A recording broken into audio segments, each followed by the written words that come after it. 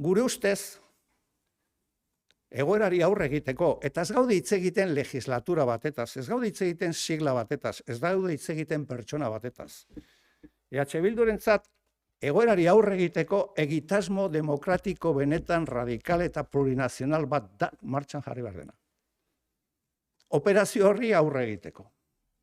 Eta gure ustez, egitasmo demokratiko radikal, herritar eta plurinazional horrek jaso behar duna da, lehenik eta behin korrupzioarekin bukatzea, baina korrupzio sistemikoarekin bukatzea.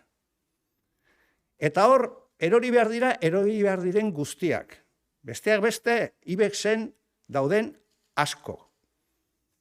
Bigarrenik, egitasmo horrek, alboratu behar du gehiengo bat, inguratu behar du gehiengo bat, benetan egitasmo demokratiko baten inguruan. Eta egitasmo demokratiko hori da plurinazionala, demokratikoa eta herritarra. Eta guk aspaldidanik esan dugu zirkunstantziala zen investidura bloke bat funtzionatu dula Espainiar Estatuan, askotan alternatiba txarragoa zelako, baina guk beti demandatu dugu egitasmo bat behar zela mai gainean jarri, plantan jarri, eta egitasmo horrekin ea posible zen adostea, ez gobernu baten sustengatzea, ez pertsona baten sustengatzea, ez legislatura bat, ez benetan egitasmo demokratiko bat, 78an egin etzena egingo duna.